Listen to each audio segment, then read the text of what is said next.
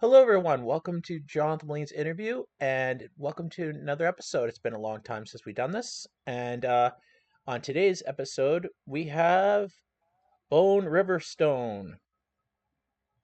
No!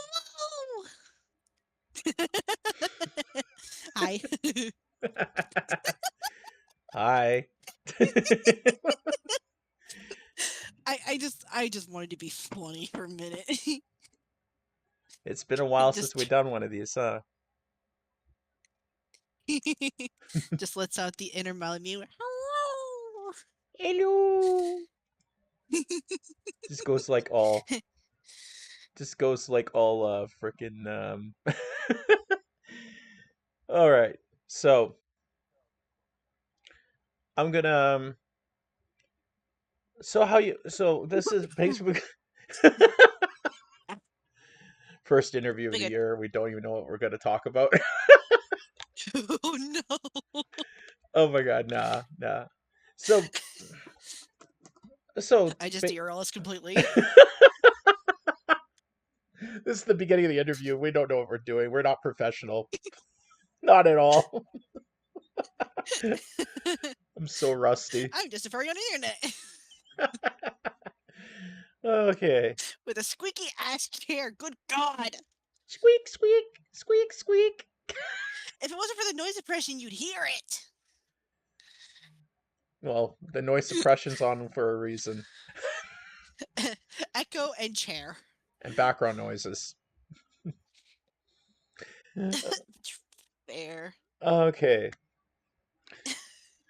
okay. So, Bone, we're gonna ask you a whole Yes. bunch of questions today, like what got since you're a really good artist and a gamer Hmm. and a very talented, you also have a secret VA talent. Um, we're gonna talk about what got your It's YouTube called the tism.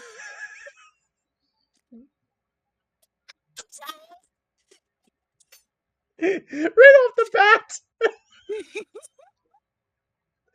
Oh my god. We're gonna this interview. We're just gonna kill each other. We're just gonna be babbling around random crap for the entire episode. This is great.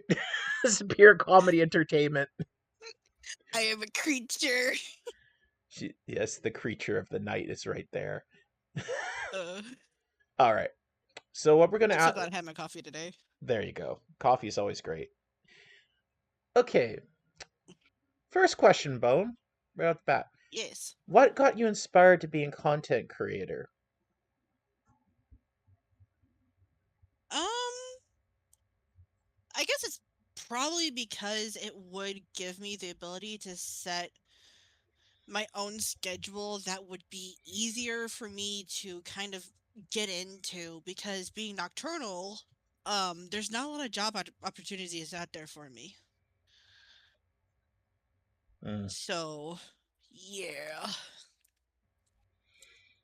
yeah, you'd have to be a That night and shift. having that and having my own set schedule somehow winds up not making my inner autism freak the fuck out. Like my inner me is not like having a panic of, oh God, did I do this today or did I do that today? No, we good. Settle down. That's good. Panic attacks are never good at work. Trust me, I've had those before. They suck. Oh yeah, no, I've done that and I just sat in the bathroom and cried for like an hour. Almost. Yeah. Not fun. No, I don't think it's. I can't blame you. I don't think it's be fun at all. Especially when I was supposed to be cleaning that bathroom.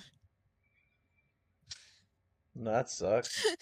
Can you imagine just like cleaning a bathroom and like an argument just makes you panic so hard that instead of cleaning the bathroom, you're like just sitting on the toilet fucking bawling? That's not fun. That would really Especially because suck. yeah, I'm just glad it was the women's bathroom I was having a panic in and not the men's restroom because good lord, it smells horrible. No, that'd be the ultimate suck. Yeah, because like you're just half crying, half Yeah.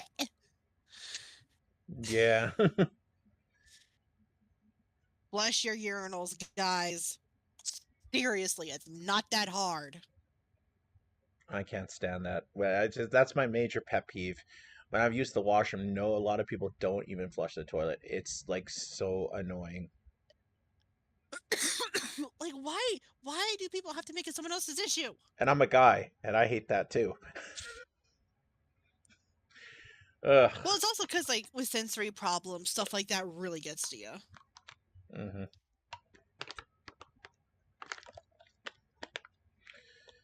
All right.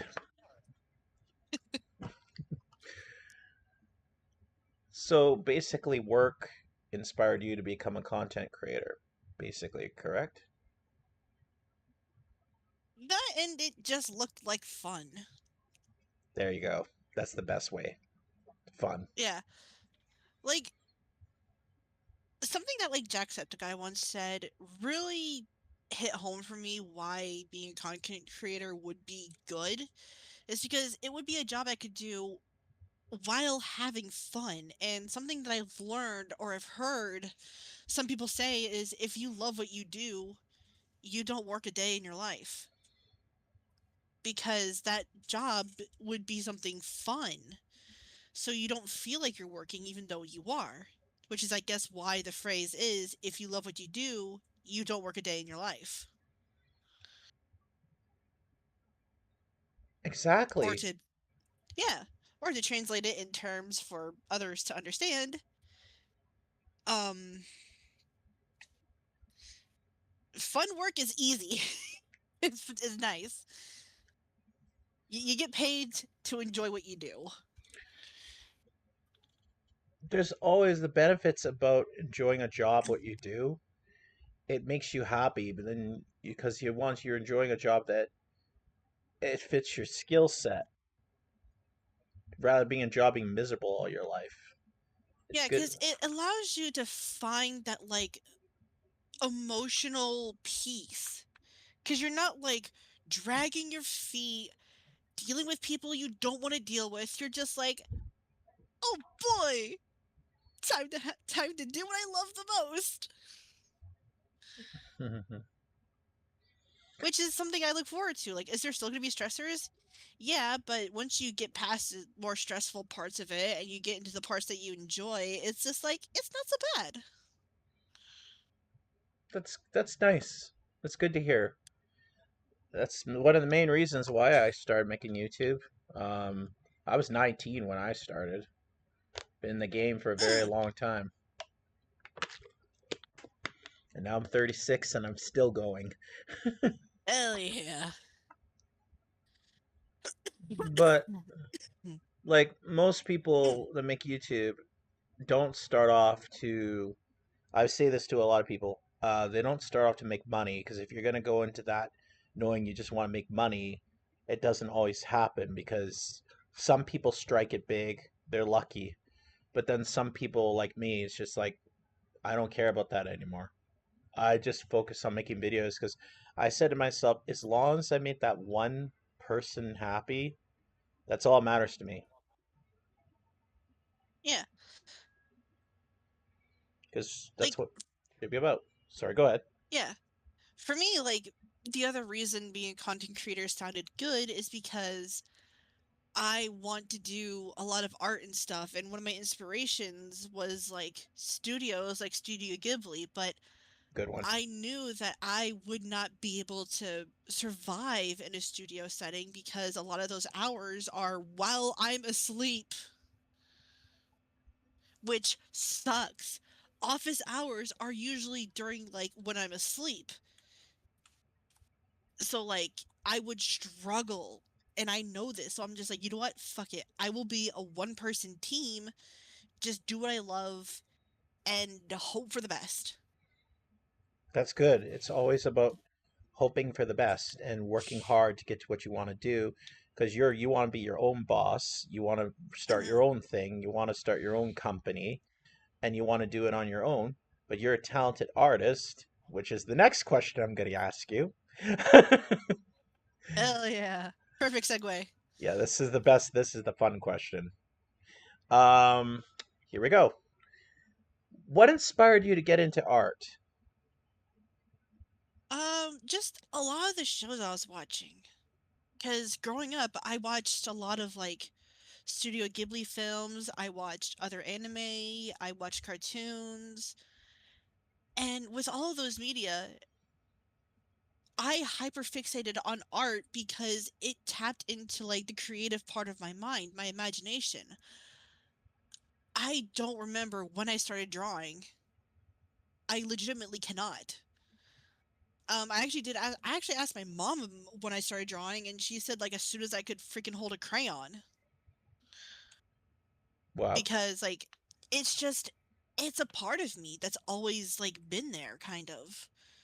So, as long as I can remember, I've always drawn. It's just things like, animes, TV shows, movies, especially Studio Ghibli films. You know, I guess young me saw it as whimsical and older me sees it as inspiring because with Studio Ghibli films, you see the passion in every freaking line work, 100%. every background, every facial expression, the way they move. It is just it immerses you because it's realistic enough to pull you in, but whimsical enough to make you want to stay. They Exactly. create worlds that are like, I would want to live there in some of the worlds. And some of them, like Nausicaa, no. I don't want water that's gonna burn the shit out of me. I don't want my world to be covered in acidic water. That's not fun. Would not want to live there. Oh, that's a But horrible in death. worlds like that, especially for someone like me who likes to swim, that would be a nightmare. I would cry. I'm a But swimmer in too. worlds like, yeah, in worlds like, My Neighbor Totoro, which is both in real life, but it has like creatures that coexist along people, or like Spirited Away or something, like things like that, where it's just like it does have, struggles, sure, but there are way that those movies, they show what, you know magic could do. It like those A lot of those worlds have like this balance between the magic and real life. Mhm. Princess Mononoke is a really good one about nature versus, machinery. And it is just, I have no words because it is just that impactful. And even no matter how many times I've watched Howl's Moving Castle, that is definitely a world I would love to live in. Freaking magic doors, are you kidding me?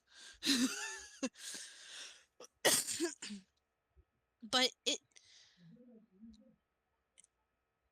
the way that the main character was kind of cursed, it also became sort of a blessing because when the main character became more confident in herself, didn't focus on what the curse initially did to her physically, it made her look young again. She still had the silver hair, but whenever she was, confident in herself, it would show by restoring like her physical form to her actual age. And it's like people's gonna have to watch the movie to understand what I'm going on about because I am struggling to word.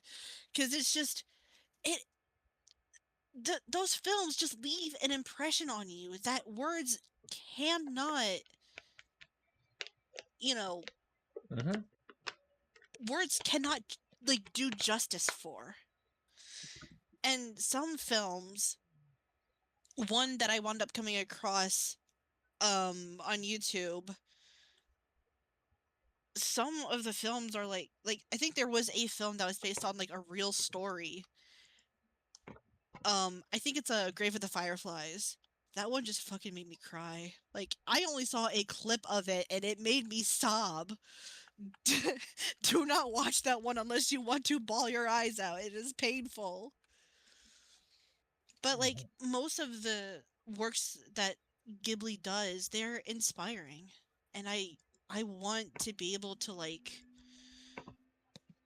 write a story, like create a story visually that they do.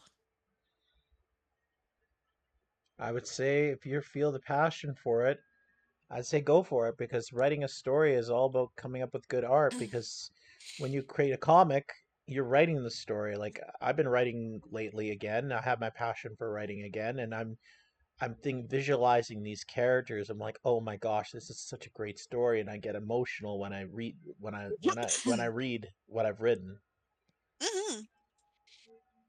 and I'm thinking to Some myself, of my insp- go ahead. oh, go ahead. No, you first. Some of Go my ahead. ins- some of my inspirations are just books that I used to read. Because before my eyesight got a bit worse with reading, I don't know if it's like the autism or something that made it like a struggle or like my vision problems. I do have glasses for my vision problems, so reading is a bit easier. Hmm. But one of the most memorable books um, was a Warrior Cat book that I was reading. Yes, I'm into warriors. But Nice. I was in the back of my mom's minivan. We had a minivan at the time, and this was many years ago. But I was just reading this one book. I just started to cry, and my mom asked me if I was crying over a book, but because I was young and I didn't want to like get caught or something, I don't know why. I felt like it was weird. I was like, no. In reality, yes, I was crying over a character's death. I was like, I was just sobbing.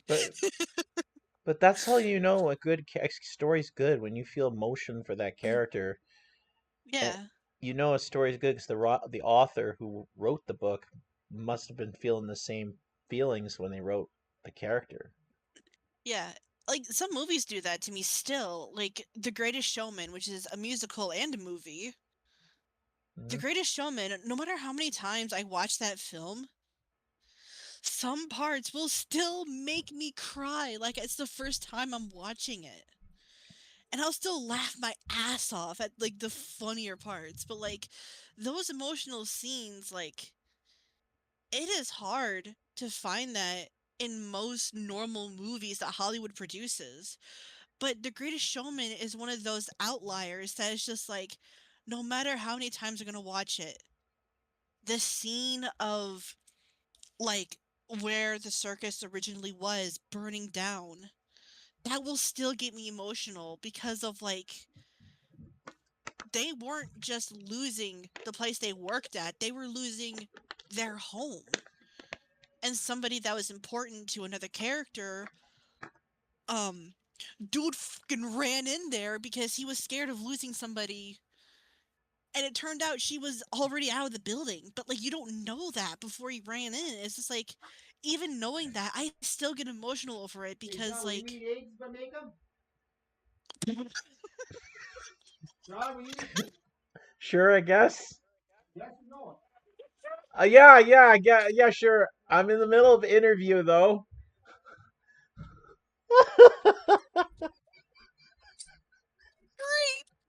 me explaining a scene that almost made me cry, that makes me like emotional while almost crying. Someone, hey, do you want this? My dad literally asked me what we were gonna have for breakfast. He said, "Do you want eggs?" And I'm like, "Yeah." I'm like, "I'm in an interview." That means I'm gonna get called for lunch soon. That's fucking hilarious. Oh my god. Okay, we're keeping this in here. I'm sorry. Dude, it's too perfect. It's too perfect. Like, I would not want to cut for the life of me. Ladies I and lost gentlemen, where I my was, but it father. was hilarious. My father. I like how it was part of like me explaining a story while getting emotional because like I'm so you could tell in sorry. my voice I was starting to get emotional and then I just suddenly hear, "Do you want eggs?"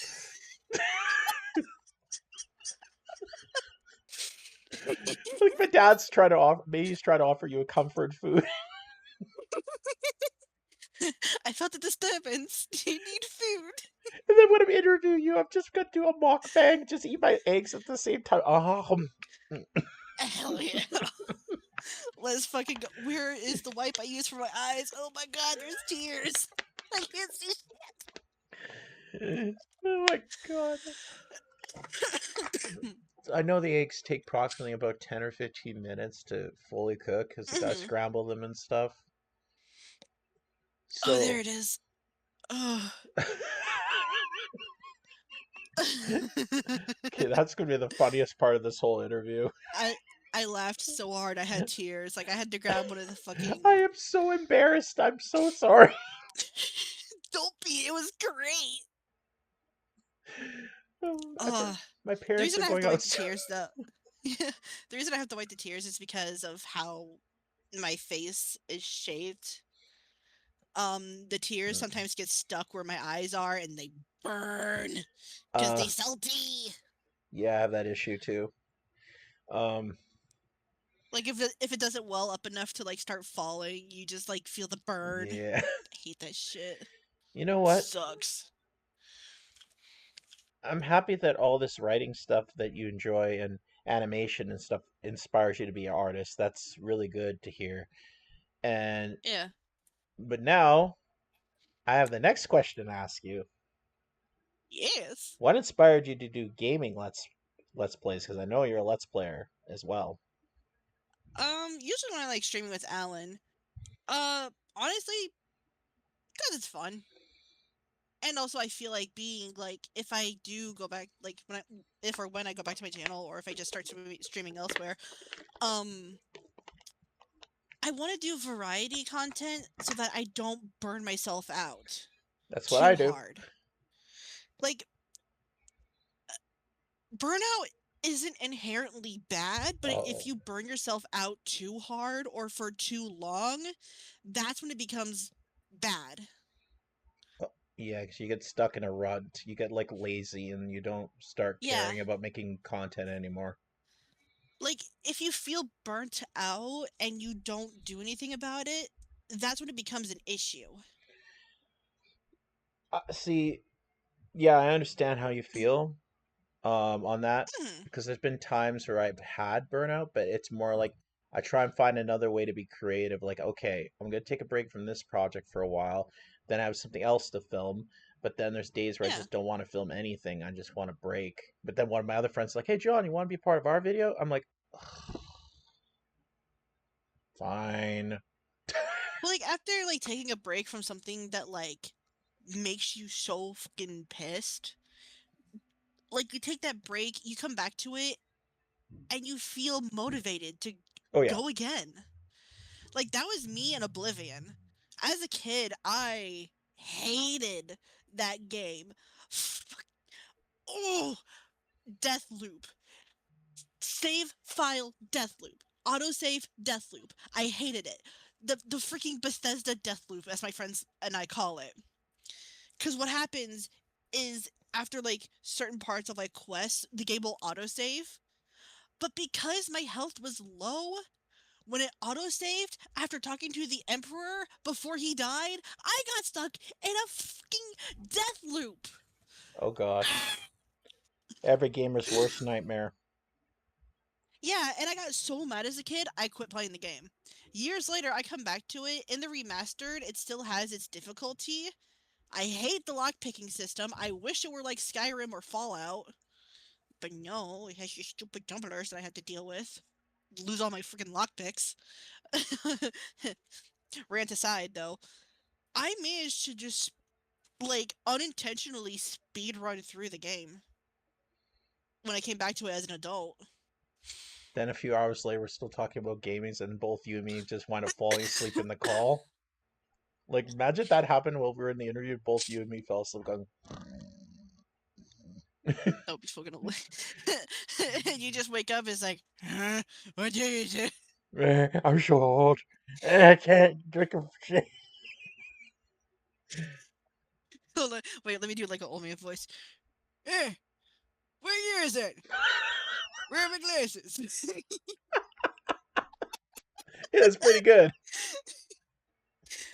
Yeah, I learned how to do an old man voice because I couldn't do an old lady voice for the fucking life of me. Oh, what you say, Sonny? Me and Henry went to over the bar. Ah, you young whippersnappers, get on my lawn property! Why do you sound like an old Carl Weezer? He was the grandpa. Oh my gosh. Well, at least I'm not doing Herbert the Perfect from Family Guy. I want that man dead. I know. I am not the biggest fan of Family Guy. A lot of those characters, sometimes when I have to deal with them, I'm just like, I want you. I turn into Jack from Digital Circus. I want you dead. Ladies and gentlemen, now we must know not. Now your fans know what to torture you with. Family Guy. If they do that to me, they're fucking dead to me. Oh, you're saying that right on the live stream too. Oh, we're I'm not. sorry. We're I not. hate that show. I hate it. It's your opinion. Like you like Yeah. what you like. Like if I don't care if other people like it, just don't make me watch it. That's all I ask. Exactly. Just leave me out of it. Exactly. Well, it's cool that you're into gaming and art and all this and other stuff. And I know you can be a voice actor. I know you have the talent. It's hidden, but I've heard it. That's because my autism listens to voices and accents and go, "Hey, can I do that?" And I just have fun with it. It's literally me just goofing off. That's what it's about. It's about having fun and You goofing try, off. and sometimes when you try to do one character, you sound like a completely different character mocking them. I know. All right. Watch, I bet $5. I'm gonna get someone's gonna he's my dad's gonna come down. Do you want any toast with your scrambled eggs? Yes. I just Dude, for watch it happen. It'll be fucking hilarious. someone whoever sees this interview just clip that in the middle of the part and make an animatic or a comic out of it. I swear that'd be hilarious. Dude, do a funny edit that just goes foreshadowing if it does happen. I swear. Oh wait, I have artist friends. I just Yeah, but I have thousands of projects I'm behind I'm not asking you to do that. That'd be pure torture. on. Um, But there are ones that will probably see the idea and go, yes. mhm. Hey, son, would you like some eggs? Yeah. I'm doing an interview, Dad. Sure. In the middle of an interview. Check in later. Oh my god. You need one of those fucking light up signs so that anytime you're in an interview, you can just turn the sign on and it says, "In interview, please use notes." Just hands me like a note in the background, just like a technician, like a behind the scenes kind of person. And Yeah. yeah. Let's see. We asked you about what got you started on YouTube. We asked you about your artwork. We asked you about gaming. I think we covered all the. I think we covered all the categories, did we? I love how the gaming. Uh, I think so. Because gaming, you basically said it's summed up. It's for fun, and you know what? I actually like what you said because it's like some people go on long, long, but with you, you're more focused on the art and you're more focused on the writing, and you got all of that passion, and that's very, Well, very most of nice. my quote unquote writing is actually me just role playing with friends. That's how it's done. That's how it's done. And I love doing text based because then I can have it written down somewhere. Uh, Because if I do like strictly voice based ones, we're gonna be like, all right, what did we do? I don't remember. Because I have awful memory issues sometimes, and I'm like, what the fuck did we do? Wait, why is nothing written down? Oh yeah, because those are voice chats. yeah. And then I get feisty. Yeah. Feisty. Feisty. Feisty, man. Okay, Inverted Shadows, fucking Elements of Insanity series. That one clip where it's just like feisty. That has become That's a so vocal hilarious. stem. That's so hilarious. That has, yeah, that became a fucking vocal stem.